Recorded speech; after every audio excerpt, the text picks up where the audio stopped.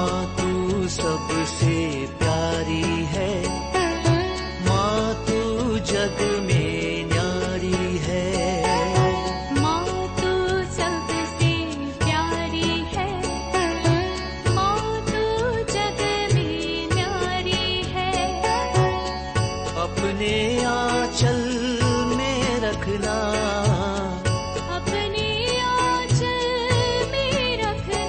हमें वरदानों से भरना। माँ तू सबसे प्यारी है, माँ तू जग में न्यारी है। माँ तू सबसे प्यारी है, माँ तू जग में न्यारी है। Mr. Rajan Samuel, a great missionary in Hindi heartland, first class with distinction.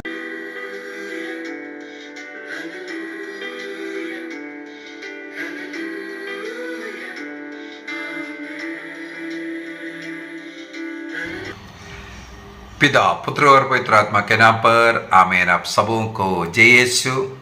कल से हम लोग संत पौलुस का पत्र, फिलिपियों को लिखा हुआ पत्र के विषय में हम लोग सीखते हुए आ रहे हैं। हम लोगों ने देखा यूरोप में सबसे पहला संत पौलुस स्थापित करने वाला कलीसिया है फिलिप का कलीसिया, और आजकल के ग्रीस प्रदेश का नॉर्थर्न पार्ट में ये फिलिपी प्रदेश मिलता है। मकदोनिया का एक मुख्य शहर है फिलिपी प्रदेश, और सम्राट अलेक्जेंडर का पिता फिलिप ने इसका स्थापित किया, इसलिए इस प्रदेश को फिलिपी प्रदेश कहते हैं, फिलिपी कलीसिया। और संत पौलुस ने ही इसकी रचना किया, उसका भी हम लोगों ने कल के क्लास में कई उदाहरण देखा। संत पौलुस इस पत्र को क्यों लिखा, इसको भी हम लोगों ने कल के क्लास में पढ़ाई किया। आज संत पौलुस इस पत्र के द्वारा देने वाला कुछ जो संदेश है, जिसे कल के क्लास में भी हम लोगों ने मनन चिंतन किया कि इस पत्र खुशी का पत्र है। बार बार संत पौलुस बताता है कि आप लोग प्रभु में आनंद मनाओ, खुशी मनाओ, और खुशी का पत्र कहते हैं। 16 बार इस पत्र के अंदर आनंद मनाने के विषय में लिखा हुआ है, 16 बार। इसी वजह से इसको खुशी का पत्र कहते हैं। और अपने को शून्य बनाने वाला यीशु मसीह का उदाहरण बताते हुए सबसे बढ़िया पहला क्रिस्टोलॉजिकल हिम इसी पत्र में अध्याय 2 वाक्य 6 से 11 तक का जो है क्रिस्टोलॉजिकल हिम, इसके विषय में भी हम लोगों ने कल के क्लास में सीखा था। जिस प्रकार संत पौलुस अपना जीवन को, अपने स्पिरिचुअलिटी को इस पत्र के अंदर बहुत ही सुंदर तरीके से प्रदर्शित किया है, बताया है। क्रिस्त के साथ एक होकर के रहना, क्रिस्त में रहना, क्रिस्त में रहना, यही क्रिस्तियों का मुख्य जो कार्य है। क्रिस्त में रहना, क्रिस्त के समान रहना, उसके द्वारा ही वो सुसमाचार का प्रचार करते हैं। उसमें एकता की जरूरत है। पवित्र तत्व एक है, इसी प्रकार एकता बनाए रखना। कलीसिया में एकता नहीं है, अपना अपना इंडिपेंडेंट कलीसिया शैतानी कलीसिया होता है। इंडिपेंडेंट, स्वयं अपना कलीसिया बनाना। क्रिस्त ने जो कलीसिया बनाया उसके साथ एकता में रहने के विषय में इस पत्र के अंदर जोर दे करके सिखाते हैं। और संत पौलुस ये भी याद दिलाते हैं कि हमारी ये जीवन एक तीर्थ यात्रा है। लक्ष्य कहाँ है? क्रिस्त है। क्रिस्त को पाना हमारा लक्ष्य है। अध्याय 3 वाक्य 12 से आगे अगर हम पढ़ेंगे, यही है, दौड़ में है, क्रिस्त लक्ष्य है। जब तक क्रिस्त के साथ हम लोग एक नहीं हो जाएगा तो हमारा उस लक्ष्य में हम लोग नहीं पहुंचते हैं। अध्याय 2 का वाक्य 2 से आगे भी, और अध्याय 3 वाक्य 12 से 14 तक, यहाँ सब हम लोगों को पढ़ने के लिए मिलेगा। और सहन करना, क्रिस्त के साथ एक हो गया। क्रिस्त सहन करने वाला, क्षमा करने वाला, प्यार करने वाला। तो क्रिश्चियनिटी में जो सहन का जो महत्व है उसको सिखाने वाला पत्र भी ये फिलिपियों का पत्र अध्याय 1 वाक्य 21 से लेकर के आगे 30 तक बढ़ करके जाएंगे। क्रिस्त के लिए सहन करने वाला पौलुस अपना उदाहरण बता कर दे रहे, ये सब फायदा के लिए कर करके। और क्रिस्तीय लोग उदार मन का होना चाहिए। फिलिपियों का पत्र लिखने का मुख्य उद्देश्य यही है, वे इस कलीसिया यरूशलेम की कलीसिया का, वहाँ पर भूखमरी चल रहा था, वहाँ सूखा पड़ गया था, उस कलीसिया का मदद करने के लिए जब संत पौलुस ने जगह जगह से पैसा कलेक्ट कर रहा था, ये फिलिप्पी कलीसिया बहुत उदार बना। उसके उत्तर में ही संत पौलुस से पत्र लिख रहे। इसी संदेश, इस पत्र में मिलने वाला संदेश ये है कि क्रिश्चियन लोग बहुत ही उदार बनने की जरूरत है। भ्रातृ प्रेम में जरूरतमंदों का मदद करने वाला बनना जरूरी है, ये सिखाते हैं। इस पूरे पत्र के अंदर हम लोगों को संत पौलुस का अपने स्पिरिचुअलिटी के साथ, हमें मालूम है कुछ पॉलिन जो ईश शास्त्र है, थियोलॉजी है, वो सब हमें इसके अंदर भी मिलेगा। उदाहरण के लिए जैसे क्रिस्टोलॉजी, क्रिस्त, मैंने जैसे पहले कहा था, सबसे पहला क्रिस्त के विषय में जो गीत अध्याय 2 का वाक्य 6 से 11 तक, सबसे सुंदर क्रिस्त का एक रूप क्रिस्टोलॉजी, क्रिस्त शास्त्र जो हमें मिल रहा है, वो यहाँ पर हम लोगों को मिलता है। किस प्रकार क्रिस्त अपने को शून्य बनाता है, दास का रूप धारण कर रहा है, ओबीडियंट, मृत्यु तक अपने को शून्य कर, इस कारण वो ईश्वर है और साथ ही साथ वो उसी समय पर मनुष्य भी है। उस ओबीडियंट का, विनम्रता का उदाहरण दिखाने वाला क्रिस्त, वही क्रिस्टोलॉजी में सबसे मुख्य रूप में संत पौलुस यहाँ दिखाते हैं। इसके बाद मुक्ति के विषय में सोटेरियोलॉजी हमने ने बीती क्लासों में भी सब सीखा है। संत पौलुस का मुक्ति का एक जो ईश शास्त्र, जो सोटेरियोलॉजी जो है, वो अध्याय 2 वाक्य 12 और 13 के अंदर संत पौलुस साफ साफ बोल कर देने वाला। अध्याय 2 का मैं थोड़ा सा पढ़ना चाहता हूँ, वाक्य 12 से। प्रिय भाइयों, आप लोग सदा मेरी बात मानते रहे। अब मैं आप लोगों से दूर हूं, इसलिए जिस समय मैं आपके साथ था उससे कम नहीं बल्कि और भी अधिक उत्साह के साथ आप लोग डरते कांपते हुए अपनी मुक्ति के कार्य में लगे रहें।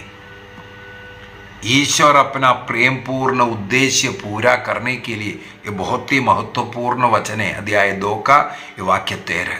ईश्वर ने अपना प्रेम पूर्ण उद्देश्य पूरा करने के लिए आप लोगों में सदिच्छा भी उत्पन्न करता है और उसके अनुसार कार्य करने का बल भी प्रदान करता है। क्रिस्त के साथ एक बन करके ही ये मुक्ति कार्य संभव है। संत पौलुस ये बता करके दे रहा है। और क्रिस्त के लिए, जैसे अध्याय 3 वाक्य 7 से, क्रिस्त को पाने के लिए सब कुछ को छोड़ना जरूरी है, अपने को शून्य बनाना जरूरी है। क्रिस्त को तभी हम पा पाएगा। संत पौलुस बोल रहे हैं, बाकी सब चीज को मैं कूड़ा समझने लगे क्रिस्त को पाने के लिए, क्योंकि क्रिस्त के साथ मुझे एक बनना है, तभी मेरा मुक्ति होगा। तो संत पौलुस का अगला थियोलॉजी है सोटेरियोलॉजी। वो कैसे होगा? क्रिस्त के साथ एक बन करके। इसके बाद एक्लेसियोलॉजी भी है, कलीसियाई ईश शास्त्र भी है। अध्याय 2 का वाक्य 2, अध्याय 1 वाक्य 5, अध्याय 4 का वाक्य 14, सब में हम लोगों को उस कलीसिया का रूप मिलता है। कलीसिया कैसा है? एकता में, प्यार में एक बन करके रहने वाला, क्रिस्त के साथ जुड़ा हुआ, अन्य लोग सब उसी में एकता में रहने वाला, उसमें जोर डाल करके इस पत्र में लिखा हुआ है। जहां प्यार नहीं है वहाँ कलीसिया नहीं है। जहाँ एक दूसरे के ज़रूरत के लिए हम कुछ दान नहीं देंगे, सेवा नहीं करेंगे, वहाँ पर कलीसिया नहीं हो सकता है।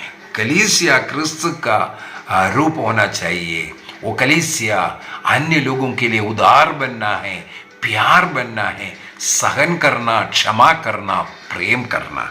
ये क्लोसियोलॉजी इस पत्र में दर्शाते हैं।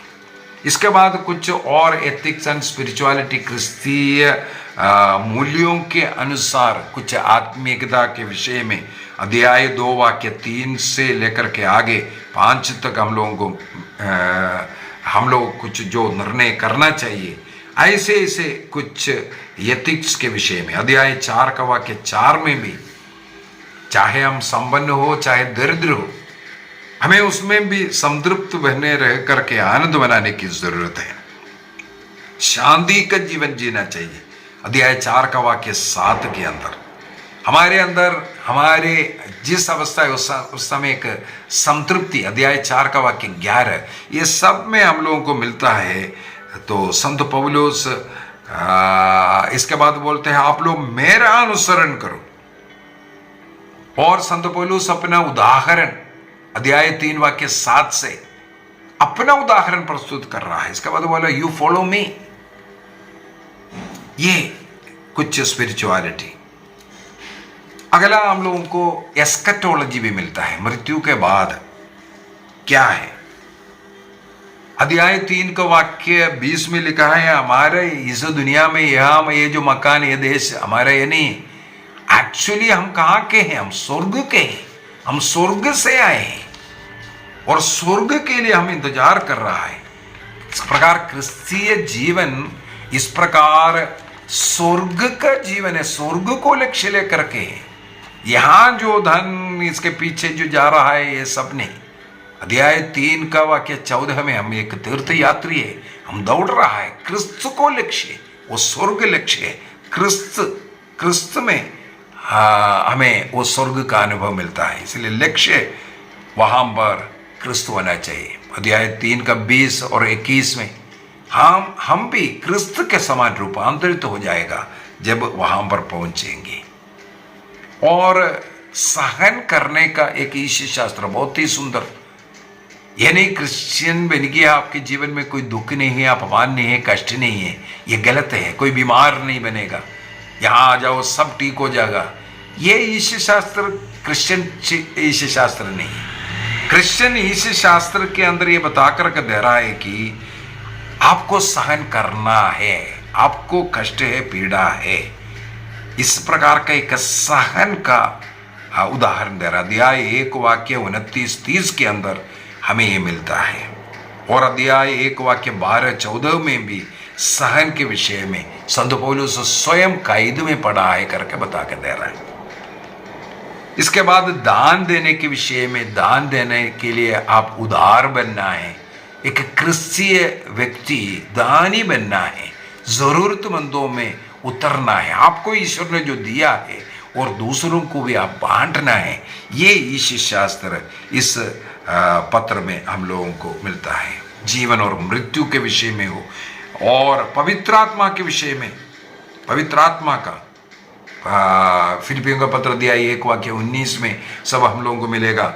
न्यूमेटोलॉजी, पवित्र आत्मा का ईश्वर शास्त्र। और धन्यवाद और प्रार्थना कर करके इसको समापन भी करता हुआ हम लोगों को मिलेगा।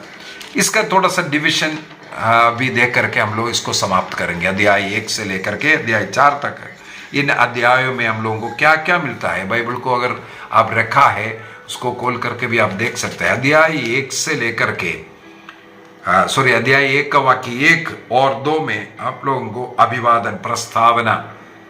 इसके बाद वाक्य 3 से लेकर के वाक्य 11 तक का जो है वहां पर हम लोगों को मिल रहा है धन्यवाद। किसके लिए? वहां से जो भी मदद मिला है और संत पौलुस उनके साथ रह करके जो प्रेम अनुभव किया वो सब याद करते हुए, उनका पिता के रूप में उस कलीसिया के साथ जो संबंध है वो सब याद करते हुए वाक्य 3 से लेकर के 11 तक लिखा हुआ हमें पढ़ने के लिए मिलेगा। और अध्याय 1 का वाक्य 12 से लेकर के 26 तक का जो है, सुसमाचार के कारण संत पौलुस को जो पीड़ा, जो कैद में पड़ा हुआ संत पौलुस उसको दिखा रहा है।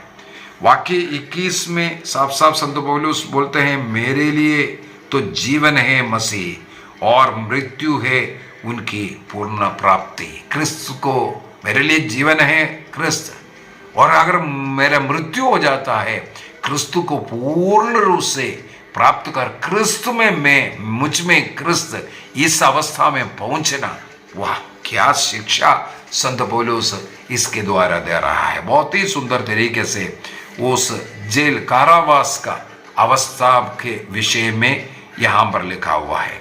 अध्याय 1 का वाक्य 12 से लेकर के 26 तक का।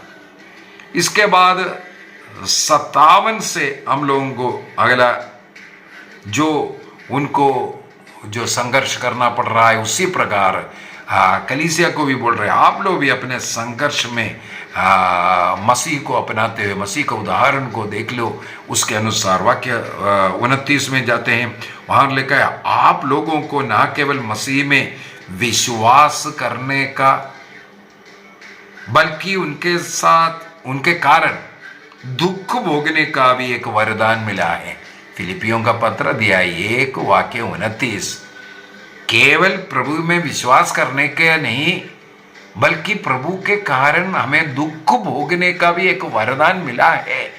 एक वरदान है दुख भोगना, कष्ट, अपमान, निंदा, ये क्रिस्त में आ करके ये सब खत्म हुआ करके नहीं, बल्कि क्रिस्त के साथ ये उठाना एक वरदान है। जिनको इस प्रकार का वरदान क्रिस्त के कारण सहन करने का, अपमानित होने का वरदान मिला है, वो सौभाग्यशाली है, ये सिखाने वाला। और अध्याय 2 से लेकर के अध्याय 18 तक अगर हम पढ़ें, वहां पर संत पौलुस, चाहे दुख हो, चाहे कष्ट हो, कुछ भी हो, जिस प्रकार ईसा मसीह ने अपना जो उदाहरण, इसी के अंदर ही हम लोगों को अध्याय 2 वाक्य 5 में मिलते हैं, आप लोगों को ईसा मसीह का मनोभाव होना चाहिए। कैसे मनोभाव?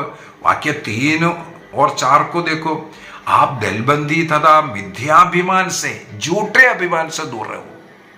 कई लोग झूठे अभिमान में, फलाना कांदन मेरे पास है, ये वो है, पता नहीं क्या क्या झूठे अभिमान मार करके संत पौलुस यहां बोल करके दे रहे, आप इस प्रकार का मिथ्याभिमान से दूर रहो, दलबंदी से दूर रहो। कोई केवल अपने लिए नहीं बल्कि दूसरों को ज्यादा महत्व दो। इसके बाद बोल करके दे रहे, मसीह का वो मनोभाव आपका मनोभाव रहे।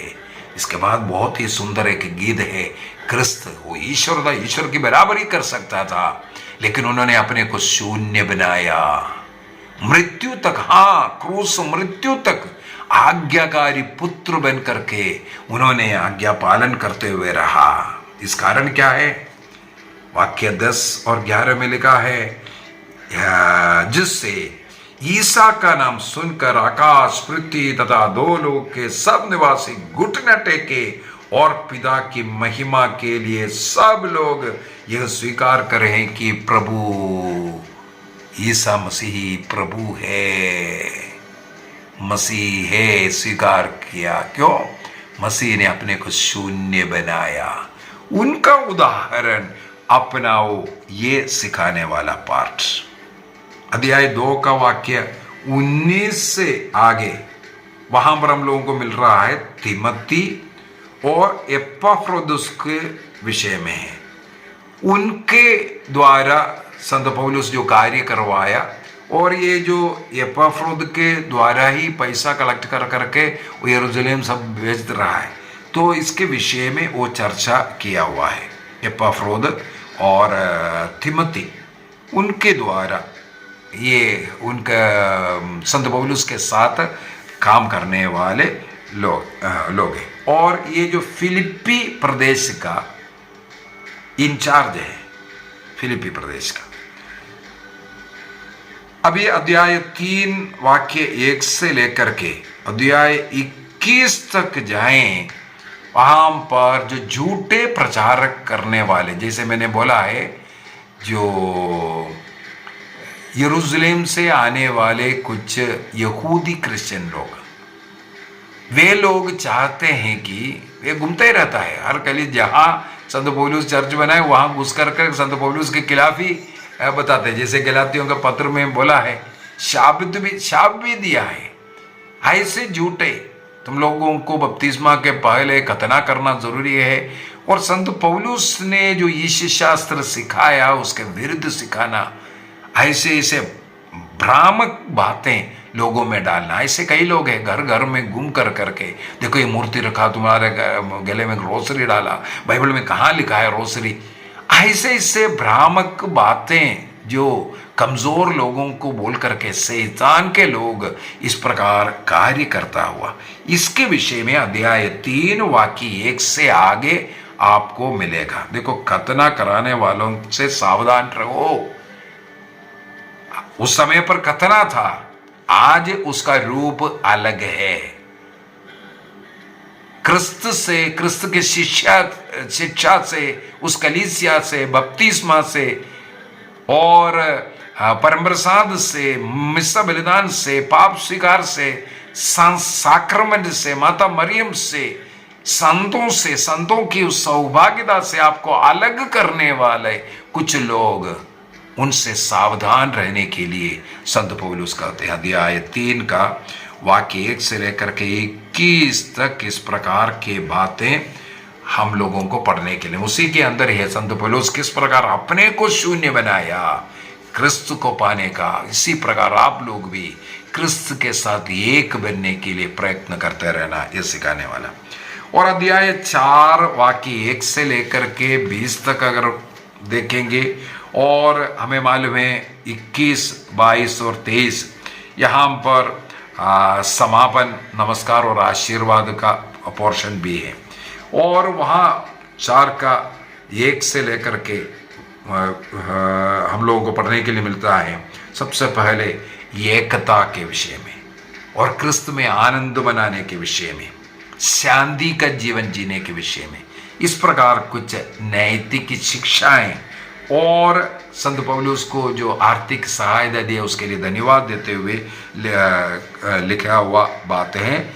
यहाँ अध्याय 4 का वाक्य 1 से 9 तक कुछ ऐसा टीचिंग्स, इसके बाद 10 से लेकर के 20 तक जो दान दिया था उसके लिए धन्यवाद, और 21 से 23 तक समापन आशीर्वाद हमें मिलेगा। ये है फिलिपियों का पत्र का अध्याय 4 तक के बातें। मेरे विचार में फिलिपियों का पत्र बहुत ही सुंदर पत्र है, 4 अध्याय है, एक ही साथ उसको पढ़ना तभी बहुत मजा आता है। अध्याय 1 से लेकर के 4 तक एक ही समय पर बैठ करके उसको पढ़ाई करना बहुत ही अच्छा, तब बहुत अच्छा समझ में आएगा। इसी प्रकार का कोई भी पत्र है उसको कोशिश करने एक साथ पढ़ करके कदम करने के लिए। तो ये फिलिपियों का पत्र ऐसा पढ़ना, जैसे अभी इंट्रोडक्शन ये सब बोल करके दिया, तो प्रभु हम सबों को आशीष दे। पिता, पुत्र और पवित्र आत्मा के नाम पर आमीन। आप सबों को जय यीशु।